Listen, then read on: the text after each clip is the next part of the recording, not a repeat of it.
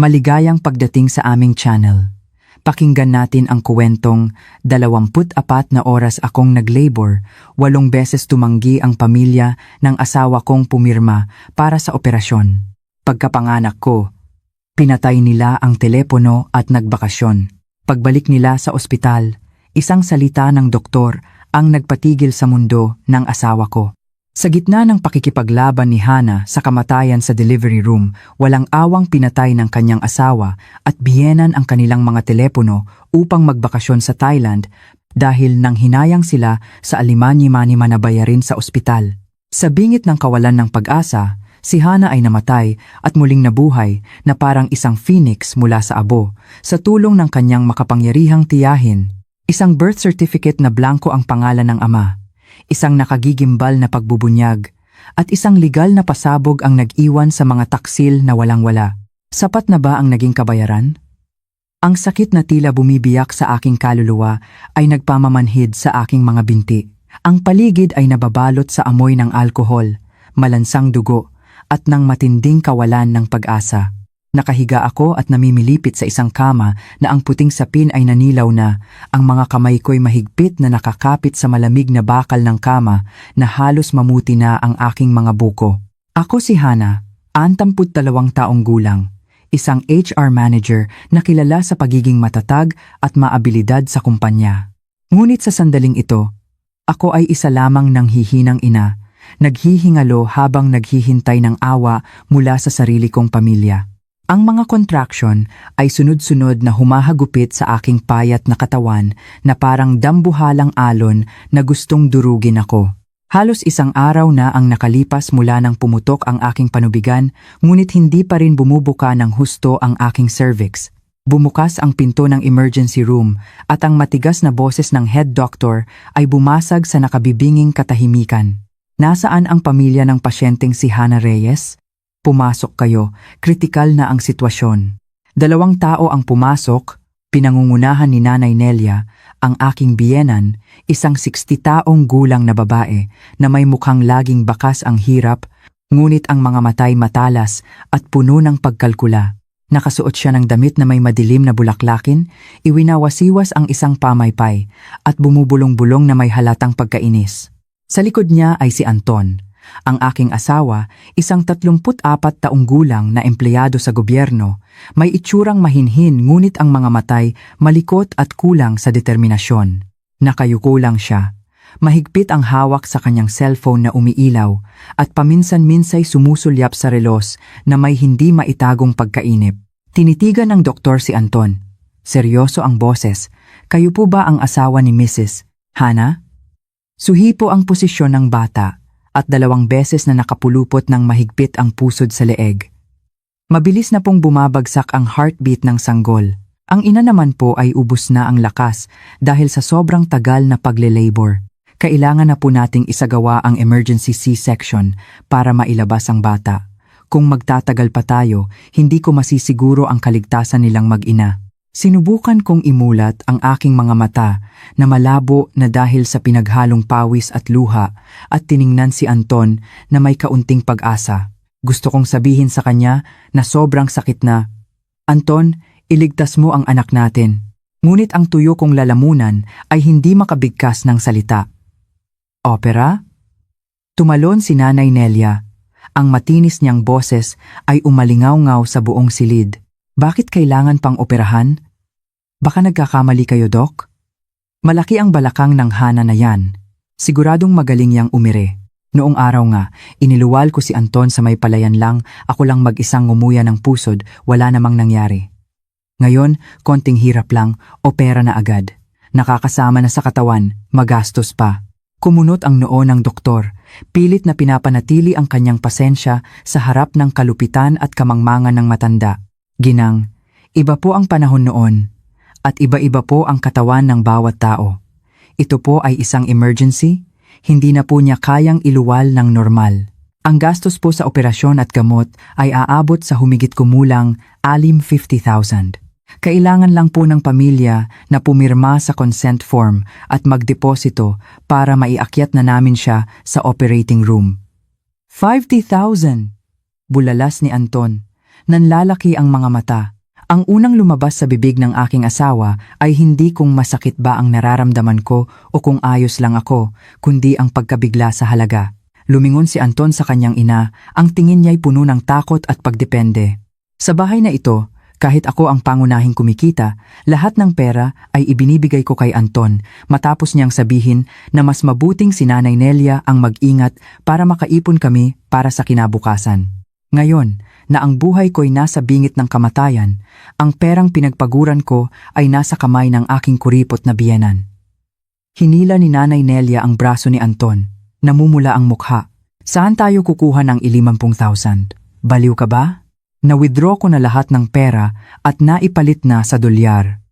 Bayad na lahat ang plane ticket, hotel, at tour sa Thailand.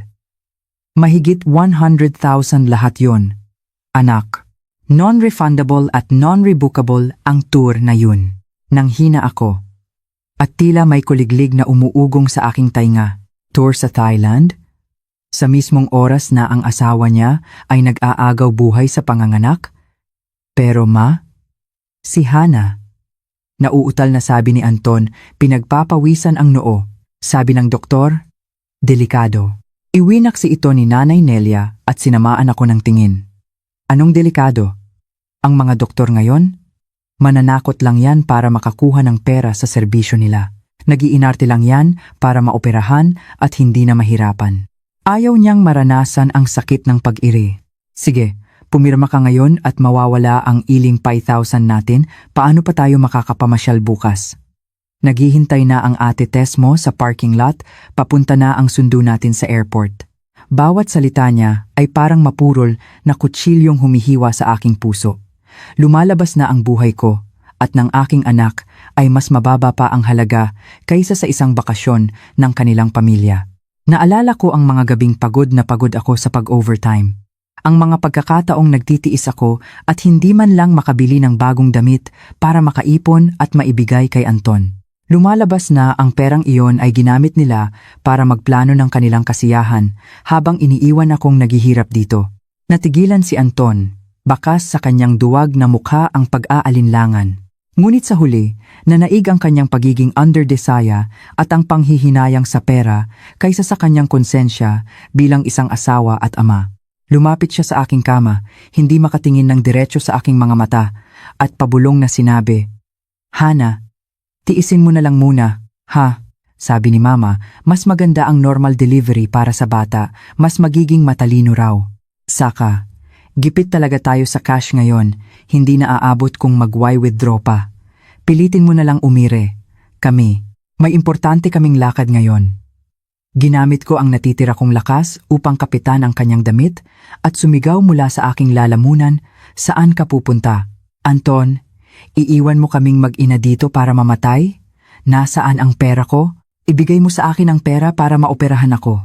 Tinanggal ni Anton ang kamay ko, na may kalupitang hindi ko akalain. Anong pera mo? Pagpasok mo sa pamilyang to, pera na nating lahat yun. Sige na, umire ka na. Huwag ka nang mag-inarte diyan. Naghihintay na si Mama at si Ate Tess. Pagkasabi niyon, mabilis siyang tumalikod at sumunod kay Nanay Nelia palabas ng pinto. Lumingon pa ang biyenan ko at nag-iwan ng isang malupit na salita sa doktor.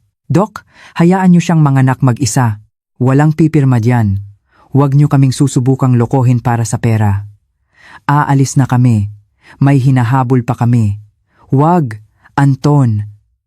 Nanay, ang desperado kong sigaw ay tumama sa apat na sulok ng malamig na silid at bumalik sa akin, winawasak ang aking puso. Ang mga doktor at nurse ay tumingin sa papalayong likod ng dalawa na may pagkabigla at matinding galit. Walang makapaniwala na mayroong ganoong klaseng asawa at biyenan sa mundo. Sumara ng malakas ang pinto. Umalis na talaga sila. Pinili nila ang bakasyon sa Thailand, ang kanilang makasariling kaligayahan, kaysa sa buhay ko at ng kanilang sariling apo.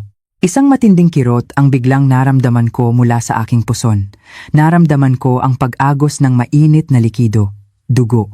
Ang matingkad na pulang dugo ay bumahid sa buong sapin ng kama. Nagdurugo na siya. Internal hemorrhage. Ihanda ang operating room. Emergency. I-activate ang code red, hindi na kailangan ng pirma ng pamilya, unahin ng pasyente, malakas na sigaw ng doktor. Ang tunog ng mga gulong ng stretcher ay umalingaw-ngaw sa sahig. Ang mga makina ay sunod-sunod na tumutunog. Ang ilaw sa kisame ay mabilis na dumaan sa aking paningin. Sa sandaling iyon, sa pagitan ng buhay at kamatayan, habang unti-unting nilalamon ng dilim ang aking kamalayan, ang huling imahe na naiwan sa aking isipan ay hindi ang ngiti ng aking isisilang na anak, kundi ang malamig na likod ng lalaking minahal at pinagsilbihan ko buong buhay ko. Tumulo ang aking mga luha, humalo sa dugo. Ang puot ay gumapang sa bawat selula ng aking katawan, mas mainit pa kaysa sa pisikal na sakit. Kung mamamatay ako, mumultuhin ko sila. At kung mabubuhay ako, isinusumpa ko, ipaparanas ko sa kanila ang sakit na ito ng 1,000 beses. Dilim. Isang makapal at malamig na kadiliman ang bumalot sa akin. Naramdaman kong lumulutang ang aking magaan na katawan sa isang walang hanggang espasyo. Ngunit isang matinding kirot mula sa aking puson ang humila sa akin pabalik sa malupit na katotohanan. Iminulat ko ang aking mga mata. Mabigat na parang may nakadagan na tingga. Ang nakasisilaw na puting ilaw mula sa kisame ay tumusok sa aking paningin. Ang ritmikong tunog ng heart monitor, beep, beep, beep, ay parang bilang ng kamatayan sa aking tainga. Nasa recovery room ba ako o sa ICU? Hindi ko alam. Ang alam ko lang ay napapaligiran ako ng mga kama, ang daing ng ibang mga ina, at ang iyak ng mga sanggol na humihingi ng gatas. Ngunit sa tabi ng aking kama, wala ni isang tao. Ang asul na plastik na upuan para sa bisita ay walang laman at malamig. Isang batang nurse ang dumaan, at nang makitang gumalaw ako, lumapit siya upang ayusin ang aking dextrose. Tiningnan niya ako na may halong awa at pagkamahabagin. Pilit kong iginalaw ang aking tuyong labi. Bumulong ng tanong kahit alam ko na ang malupit na sagot, "Miss, yung asawa ko po, yung biyenan ko, nasaan na sila?" Napabuntong hininga ang nurse, tila ayaw sabihin ang katotohanan sa isang taong kagagaling lang sa bingit ng kamatayan. "Ma'am, magpahinga po muna kayo. Huwag po kayong masyadong gumalaw at baka bumuka ang tahi ninyo. Katatapos lang po ng operasyon, ang baby niyo po ay nasa incubator dahil underweight at nahirapang huminga. Yung pamilya niyo po, nakita ko kanina bitbit ang mga maleta palabas ng ospital. Tinawag sila ng doktor para asikasuhin ang partial payment pero sinabi nilang ano, Miss, dumaloy ang mainit na luha sa aking pisngi. Sinabi po nilang wala silang dalang pera at baka malate sila sa flight nila papuntang Thailand. Pinatay na po nila ang telepono nila, ma'am. Kinailangan na lang ng ospital na iproseso ang inyong kaso bilang charity case para mailigtas kayong mag-ina sa ilalim ng humanitarian protocol. Pero masama pa rin po ang kalagayan ninyo. Mahina po ang paghilom ng matris ninyo at patuloy pa rin ang pagdurugo. Kung walang miyembro ng pamilya na mag-aasikaso para bumili ng mas mabisang gamot na pampatigil ng dugo sa labas. Natigilan ang nurse? Iniwan ang pangungusap na nakabitin at tumalikod upang itago ang kanyang pag-iling. Nakahiga ako roon, mag-isa sa mundo. Ang lamig ay tumatagos hanggang sa aking mga buto, hindi dahil sa aircon ng ospital, kundi dahil sa panlalamig ng puso ng tao. Kaya umalis talaga sila. Pinili ni Anton at Nanay Nelia ang kanilang biyahe sa Thailand. Ang mga magagarang check-in photos, ang mga handaan ng seafood, kaysa manatili sa tabi ko, ang kanilang asawa at manugang na nag-aagaw buhay. Sa gitna ng aking pagkahilo dahil sa dami ng nawalang dugo, ang mga alaala ay dahan-dahang nagbalik sa aking isipan. Naalala ko ang Hana ng nakaraang taon, isang dalagang puno ng pangarap, nagtapos na may karangalan at may magandang kinabukasan. Minahal ko si Anton dahil sa kanyang mukhang maamo. Binaliwala ang payo ng mga kaibigan na siya ay isang mama's boy. Naalala ko ang mga gabing nag-overtime ako hanggang 10:00. Kumakalam ang sikmura para lang kumita ng dagdag na bonus. Ang perang iyon, hindi ko pa man nahahawakan, ay hihingiin na agad ni Anton. "Love," sabi ni Mama, "may butas daw ang bubong natin, kailangan ng pera para ipaayos." "Love," sabi ni Mama, "mas magandang sa pangalan niya ipangalan ang savings account para sigurado, para hindi maghirap ang mga anak natin." Nagtiwala ako. Ibinigay ko ang lahat para sa pamilyang ito. At ano ang natanggap kong kapalit ngayon? Ang malupit na pag-abandona sa oras na pinakakailangan ko sila. Ang awan 100,000 para sa tour, handa silang gastusin. Ngunit ang awan 5,000 para iligtas ang buhay ko. Ipinagkait nila, Mama, ang sakit. Humikbi ako ngunit walang nakarinig. Ang sakit sa aking puson ay muling sumidhi at muli na namang dumugo. Naramdaman kong unti-unting nawawala ang buhay sa aking katawan, tulad ng isang orasan na nauubusan ng buhangin. Natakot ako. Sa unang pagkakataon sa buhay ko, natakot akong mamatay. Hindi dahil ayaw ko pang mamatay, kundi dahil sa aking anak. Ang sanggol na kaluluwal pa lang, hindi pa nakatitikim ng kahit isang patak ng gatas ng ina. Kung mamatay ako, sino ang magpoprotekta sa kanya sa malupit na pamilyang iyon? Paano siya lalaki sa isang duwag na ama at isang malupit na lola? Hindi ako pwedeng mamatay. Kailangan kong mabuhay. Para ipaglaban ang hustisya para sa aming mag-ina. Sa sandaling iyon sa pagitan ng buhay at kamatayan, isang liwanag ang sumilay sa aking isipan. Isang pangalan na matagal ko nang hindi binabanggit sa bahay na iyon. Tita Socorro. Si Tita Socorro ay kapatid ng aking ina. Siya ay isang matagumpay na negosyante sa real estate sa Cebu, kilala sa kanyang pagiging desidido at walang kinatatakutan. Noong ikinasal kami ni Anton, lumipad siya mula Cebu. Tiningnan niya si Anton at Nanay Nelia at sinabi ng diretso sa akin, "Pag pinakasalan mo, yang lalaking yan, sa oras na maghirap ka, huwag kang iiyak sa akin." Ang lalaking laging nakatago sa saya ng ina at may malikot na mata, hindi mapagkakatiwalaan. Dahil sa sinabi niyang iyon at dahil sa pagbabawal ni Nanay Nelia na makipag-ugnayan ako sa kanila dahil mayaman daw pero mapangmata, unti-unti akong lumayo sa aking tiyahin. Natakot akong biguin siya. Natakot akong pagtawanan niya ang maling desisyon ko. Ngunit ngayon, siya na lang ang nag-iisang pag-asa na makakapitan ko. Kinagat ko ang aking labi hanggang sa magdugo para labanan ang antok na bumabalot sa akin, nanginginig kong hinanap ang cellphone na iniwan ng nurse sa tabi ng aking kama. Umilaw ang screen. 10% na lang ang baterya. Hinanap ko sa contacts ang pangalan niya, Tita Socorro Cebu. Nanginginig ang aking daliri. Nag-aalangan. Sasagutin kaya niya? Galit pa kaya siya sa matigas kong ulo na pamangkin? O baka abala siya sa kanyang mga kontratang milyon-milyon ang halaga? Ring, ring, ring. Ang tunog ng pagring ay tila walang katapusan. Ang puso ko'y kumakabog ng malakas. "Huwag mong ibaba, tita, please. Hello, Hana?" Ang pamilyar na boses ay umalingaw-ngaw sa kabilang linya. Ang malalim at makapangyarihang boses na iyon. Hindi ko alam kung bakit, ngunit pagkarinig ko pa lang sa boses niya, lahat ng sakit na kinimkim ko ay bumuhos. "Tita!" Humagulgol ako. Mahina ngunit puno ng pighati ang aking iyak. "Tita, tulungan niyo po ako. Tulungan niyo po ako." Natahimik ang kabilang linya sa isang segundo at pagkatapos ay naging mabilis at matalas ang kanyang boses, puno ng pag-aalala.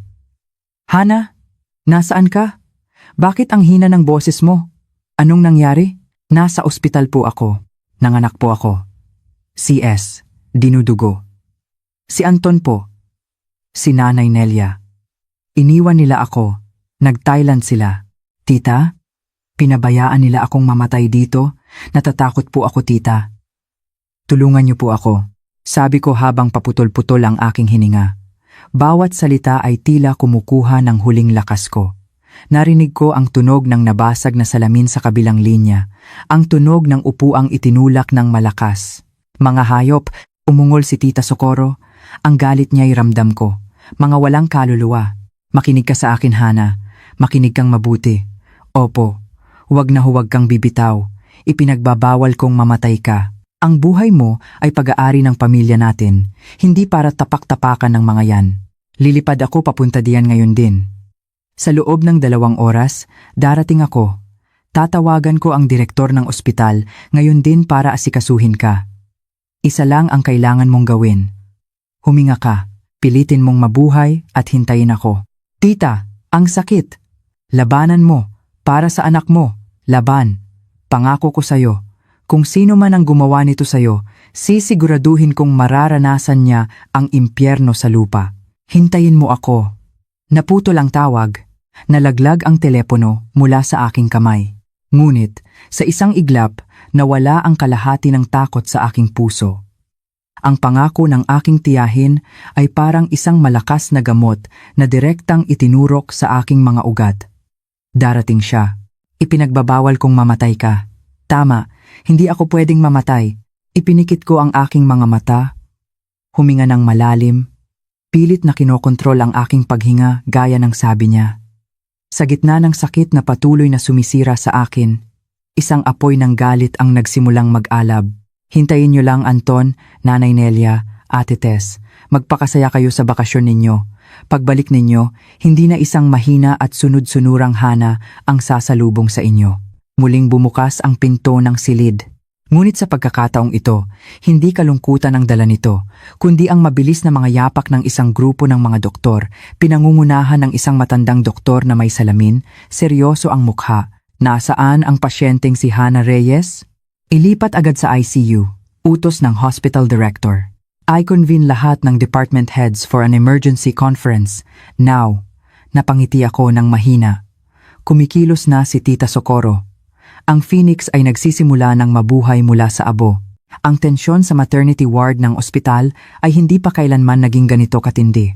2 oras matapos ang makasaysayang tawag na iyon, nakahiga pa rin ako sa special emergency room, pagitan ng gising at tulog, pinananatiling buhay ng mga sunod-sunod na sali ng dugo at gamot. Patuloy pa rin ang pagdurugo. Ang mga pinakamagagaling na doktor sa ospital ay ipinatawag, nakapalibot sa aking kama na may mga mukhang puno ng pag-aalala. Naghihintay ng isang desisyon o mas tamang sabihin, naghihintay ng isang taong may kapangyarihang pumirma sa papel ng buhay at kamatayan na itinakwil ng pamilya ng aking asawa. Bigla, isang malakas na ingay ang umalingaw-ngaw mula sa pasilyo, mas malakas pa sa tunog ng mga makina.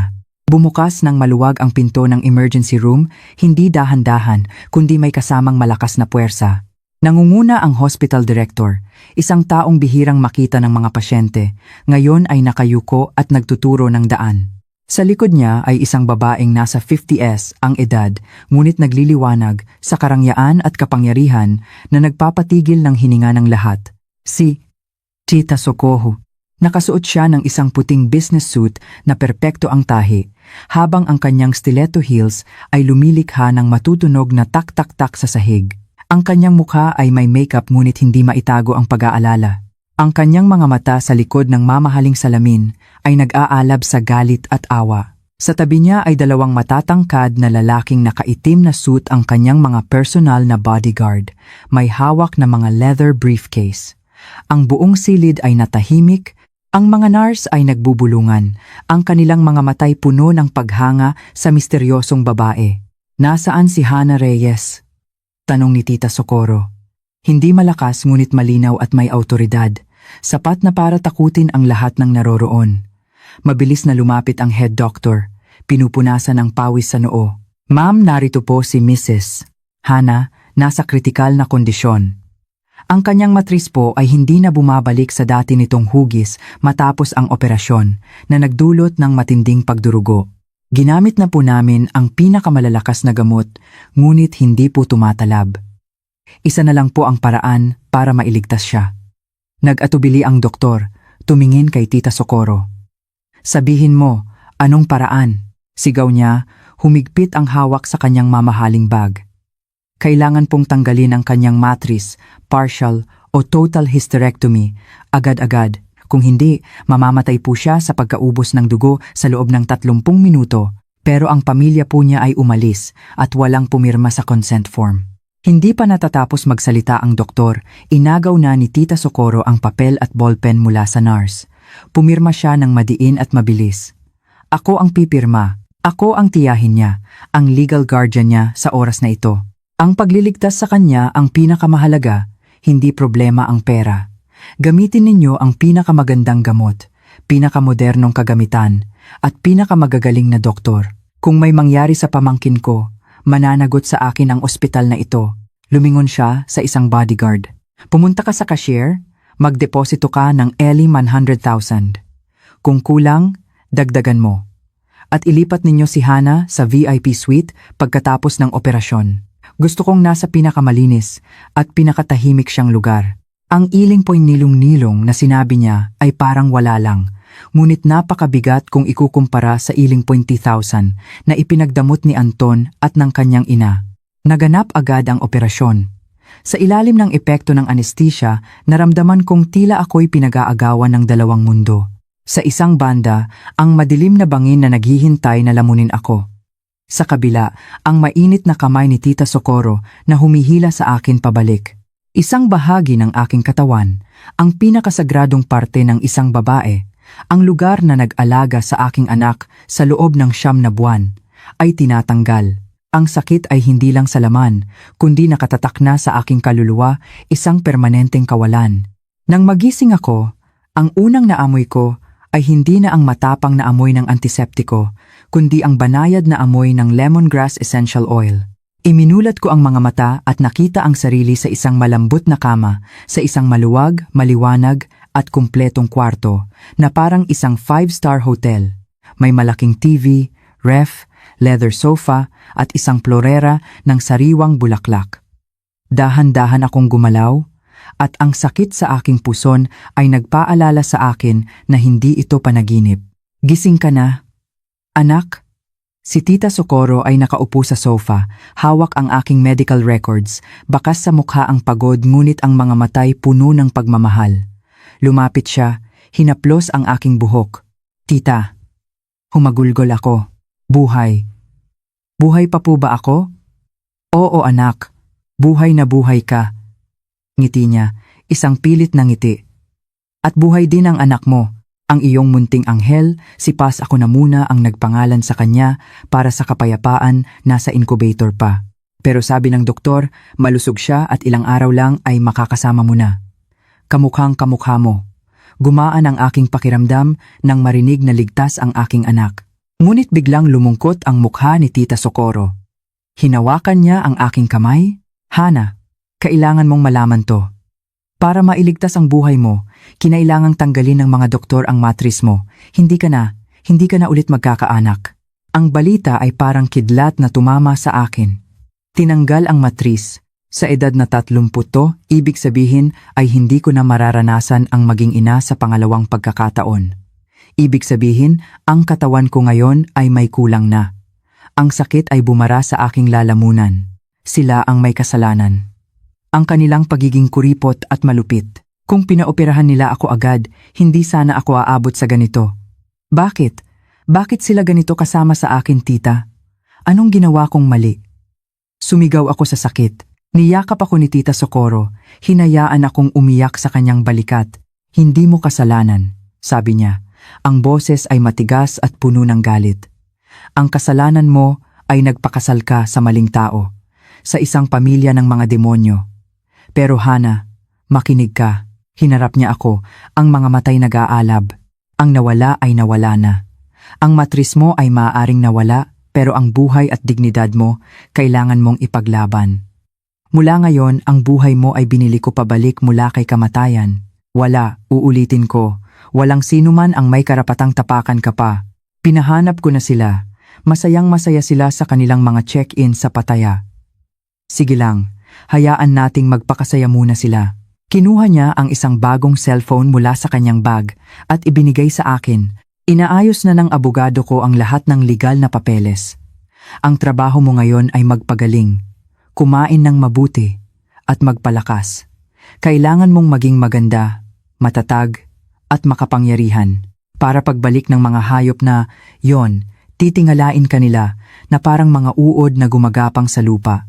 Tiningnan ko siya at pagkatapos ay ang aking tahi na kumikirot pa. Ang pisikal na sakit ay naroon pa, ngunit sa aking puso, ang kahinaan ay namatay na kasama ng matris kong tinanggal. Isang bagong tao ang isinisilang. Oo, ako ang phoenix na muling nabuhay mula sa abo.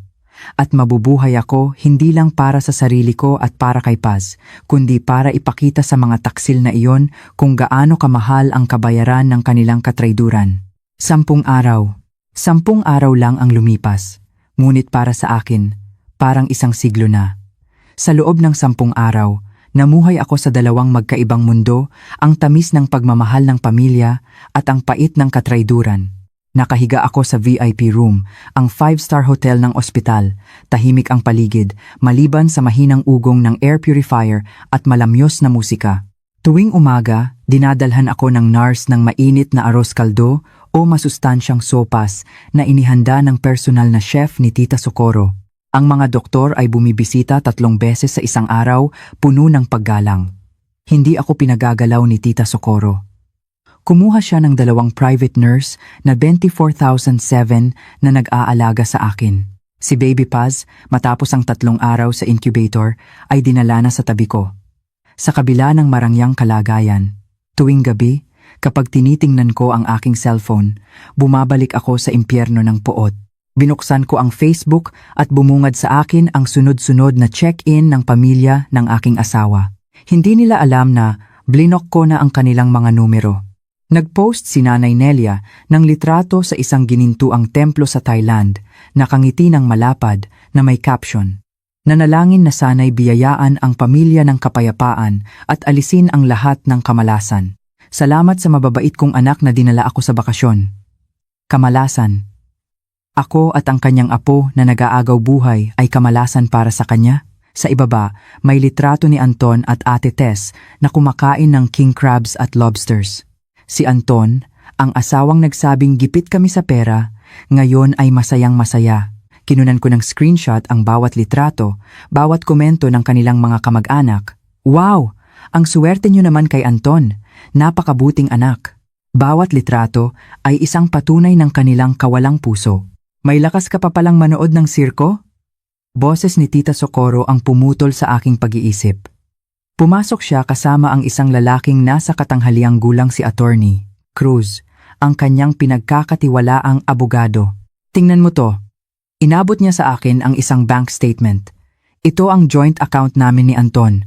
Isang transaksyon ang nakamarka.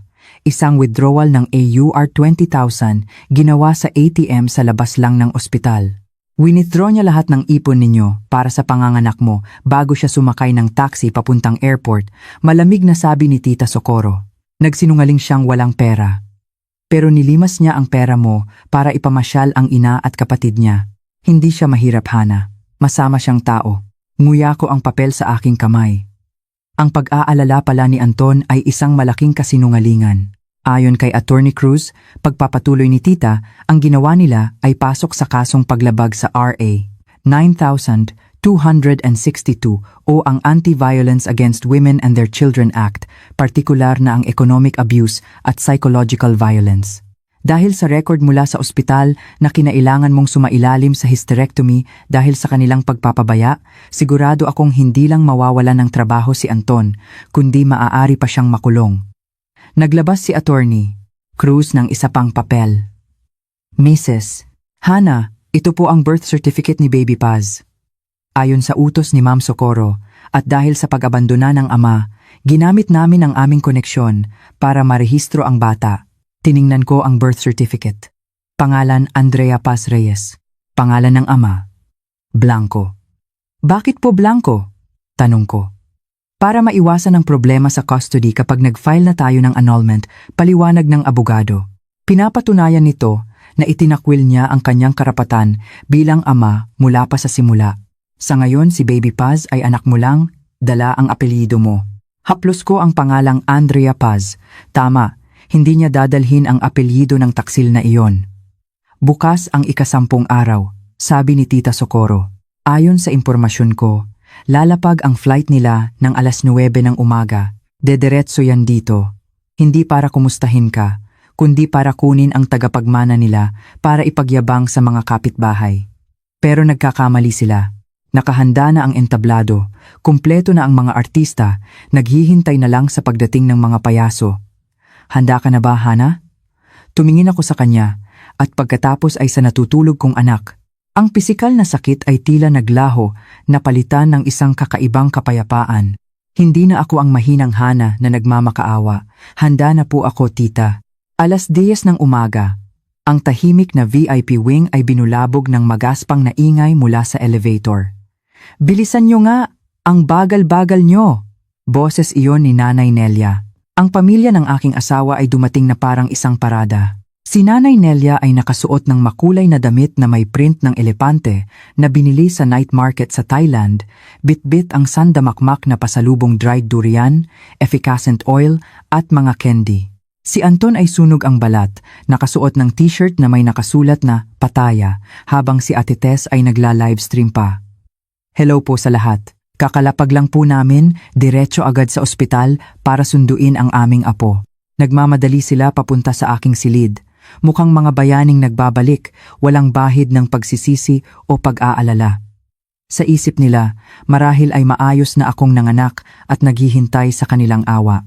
Room 500, eto na, sabi ni Anton. Akmang bubuksan ang pinto. Tigil! Isang malalim na boses ang pumigil sa kanila. Ang head bodyguard ni Tita Socorro, kasama ang dalawa pa, ay humarang sa pinto. Sino kayo? Padaanin niyo kami. Bibisitahin ko ang asawa't anak ko, sigaw ni Anton. Sumugod si Nanay Nelia. Ipinanghampas ang bag ng dried durian sa bodyguard. Mga siraulo ba kayo? Kwarto, tunang manugang ko. Lola ako ng batang nasa loob. Tabi. Malamig lang nang umiti ang bodyguard. Paumanhin po, pero wala pong manugang o apo ninyo rito. Restricted area po ito. Anong restricted? Sigaw ni Ate Tess. Nandyan sa loob si Hana. Mga goons ba kayo? Anton, tawagin mo ang security. Ang kanilang sigawan ay nagsimulang makaagaw ng pansin. Nakita ni Nanay Nelia na may mga nanonood, kaya't mas lalo siyang umarte. Umupo siya sa sahig, pumapalakpak sa kanyang hita. Tuluuong, mga kababayan, tingnan ninyo ang manugang ko. Dahil mayaman, nag-hire ng mga siga para harangan ako. Hindi ko man lang makita ang apo ko. Walang pusong manugang. Sa kasagsagan ng kanyang pag-arte, dahan-dahang bumukas ang pinto. Lumabas si Tita Socorro. Ang kanyang marangya at malamig na presensya ay nagpatahimik sa lahat. Ang ingay, sabi ni Tita Socorro, mahina ngunit matalas. Nasa palengke ba tayo? Nakilala ni Anton si Tita Socorro. Namutla siya. Tita Socorro, kailan pa po kayo dumating? Huwag mo kong tawaging tita, sigaw ni Tita Socorro na nagpatikom kay Anton. Wala akong pamangkin na kasing sama mo. Isang makapal na folder ng mga papel ang ibinato ni Tita Socorro sa dibdib ni Anton na kumalat sa sahig. Ito ang mga resibo mula sa ospital at ang bank statement. Buksan mo ang mga mata mo at tingnan. Yan ang halaga ng buhay ng asawa't anak mo. 250,000 para sa operasyon at recovery. At ang Area 1, 1,000 na ninakaw mo sa kanya para ipanggala. Habang kumakain ka ng alimango sa Thailand, ang asawa mo ay nasa bingit ng kamatayan sa operating table, tinanggalan ng matris para lang mabuhay. Hayop ka, tinanggal. Ang matris? Natigilan si Anton, walang dugo ang mukha. Narinig ni Nanay Nelia ang mga salitang iyon at sa halip na mag-alala, sumigaw siya, Ano? Baog na siya? Paano na ang lahi natin? Diyos ko, nagwaldas na nga ng pera, naging inutil pa. Ang malupit na salitang iyon ang huling pumatak sa baso. Mula sa likod ni Tita Socorro, lumabas ako, nakaupo sa isang wheelchair, kalong si Baby Paz. Nakasuot ako ng malinis na damit at kahit maputla, ang aking mukha ay may magaang makeup na nagpapakita ng katatagan. Hana, mahal. Akmang lalapit si Anton. Huwag kang lalapit sa akin, sabi ko. Ang boses ko'y malamig. Nandito kayo para kunin ang apo ninyo, hindi ba? Oo, ibigay mo sa akin ang apo ko, sabi ni Nanay Nelia. Dahil baog ka na, kami na ang mag-aalaga sa kanya? Napangiti ako ng mapait. Nagkakamali po kayo. Una, babae po siya. Pangalawa, hindi niyo siya apo. Itinaas ko ang kopya ng birth certificate. Ang pangalan niya ay Andrea Paz Reyes. Dala niya ang apelyido ko. Ang pangalan ng ama ay Blanco. Sa mata ng batas at ng konsensya, wala siyang ama at lalong wala siyang lola. Itinakwil ninyo ang karapatan ninyo noong tinalikuran ninyo, kami 10 araw na ang nakalipas. Wala kang hiya! Sigaw ni Nanay Nelia. Mayroon, sagot ko, at ipinapaalam ko rin sa inyo. Ang abogado ko ay nag-file na ng annulment at kinasuhan ka, Anton, ng pagnanakaw at pagpapabaya. Ihanda mo na ang sarili mong bayaran ang E120,000 na ninakaw mo kasama ang lahat ng danyos. At ngayon, lumingon ako sa bodyguard. Pakialis ninyo ang mga basurang ito sa harapan ko. Dinudumihan nila ang hangin na nilalanghap ng anak ko. Agad na kumilos ang mga bodyguard.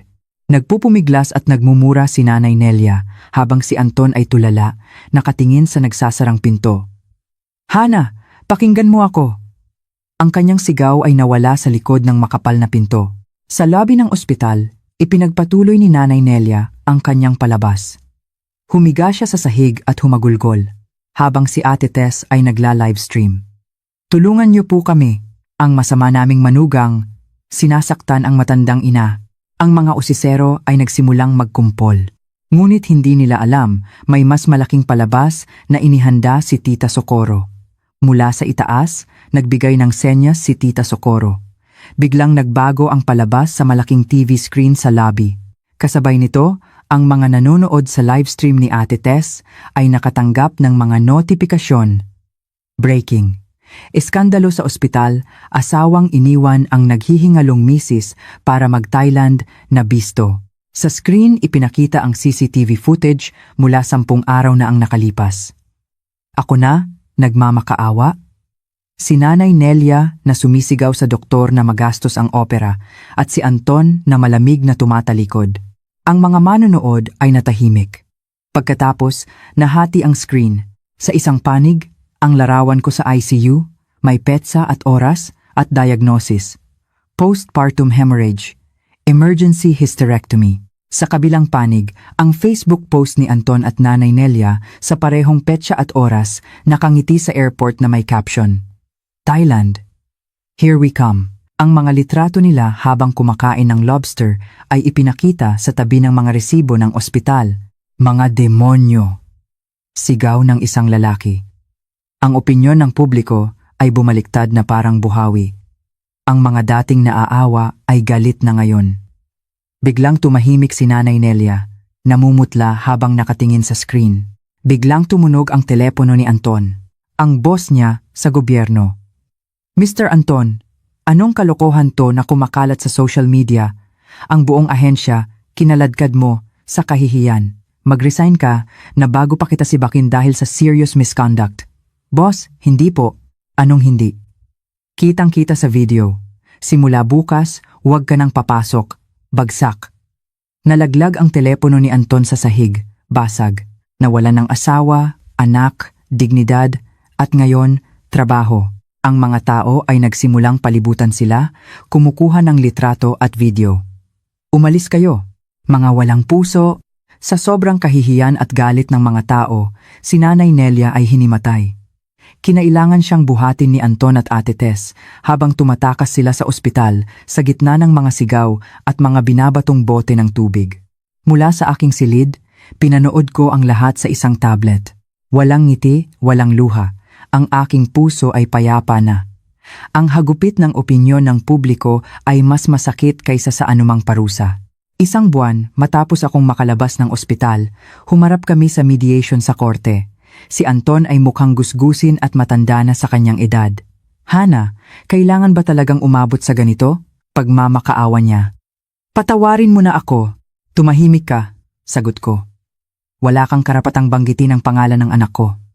Si Attorney Cruz ay naglatag ng mga bagong ebidensya. 2 araw bago ako ma-ospital, nag-transfer si Anton ng A200,000 mula sa aming joint account papunta sa account ni Ate Tess na may nakasulat na bayad utang. Ito ay malinaw na pagtatago ng conjugal assets, sabi ng abogado. At dahil sa permanenteng pinsala sa kalusugan ni Hana, kung saan ang kanyang reproductive capacity ay nawala, kami ay humihingi ng danyos para sa lahat ng gastusin sa ospital at moral damages. Ang kabuuang halaga ay umabot sa mahigit kalahating milyon. "Saan kami kukuha ng ganyang kalaking pera?" sigaw ni Nanay Nelia. Tiningnan ko si Anton. "Mamili ka, Anton.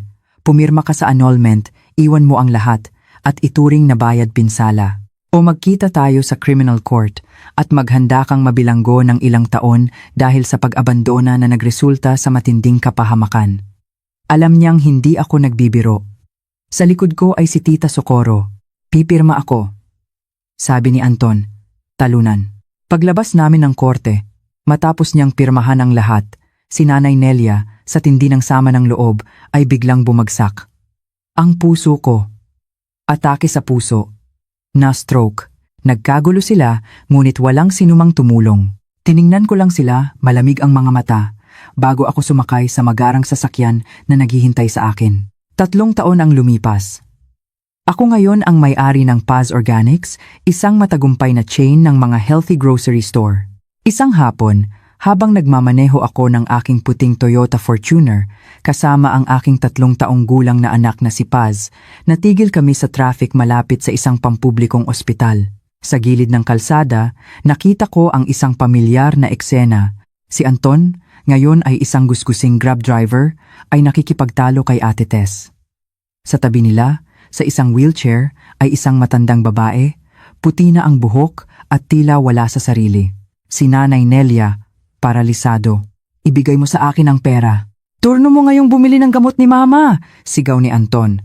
Wala akong pera, ikaw ang lalaki, responsibilidad mo yan, sagot ni Ate Tess. Nagsumbatan sila tungkol sa pera, sa kanilang mga pagkakamali, sa kanilang miserableng buhay. Si Nanay Nelia ay tahimik lang na umiiyak. Nagtama ang aming mga mata ni Anton. Nakita niya ako sa aking magarang sasakyan at ang aking maganda at masayang anak sa tabi ko. Ang kanyang mukha ay napuno ng pagkabigla, kahihiyan at matinding pagsisisi. Mabilis siyang yumuko, hindi makatingin. Sa sandaling iyon, wala na akong naramdamang galit. Awa.